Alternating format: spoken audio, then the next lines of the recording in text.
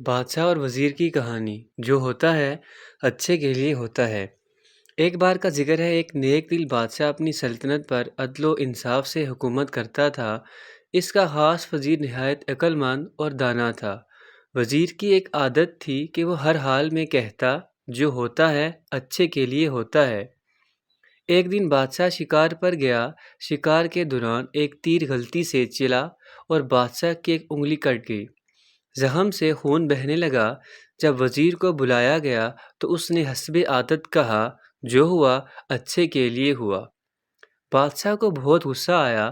اس نے کہا، میری انگلی کٹ گئی ہے اور تم کہہ رہے ہو یہ اچھے کے لیے ہوا۔ بادشاہ نے غصے میں آ کر وزیر کو قید خانے میں ڈالنے کا حکم دے دیا۔ کچھ دن بعد بادشاہ دوبارہ شکار پر گیا۔ اس بار وہ جنگل میں بھٹک گیا اور جنگلی قبیلے کے ہاتھ لگ گیا۔ وہ قبیلہ غیر قوم کے لوگوں کو دیوتا کے نام پر قربان کرتا تھا۔ جب بادشاہ کو قربانی کے لیے تیار کیا جا رہا تھا تو قبیلے کے سردار نے دیکھا کہ بادشاہ کی ایک انگلی کٹی ہوئی ہے۔ انہوں نے فوراً قربانی روک دی، کیونکہ ان کو رسم کے رواج کے مطابق صرف مکمل انسان ہی قربان کیا جا سکتا تھا۔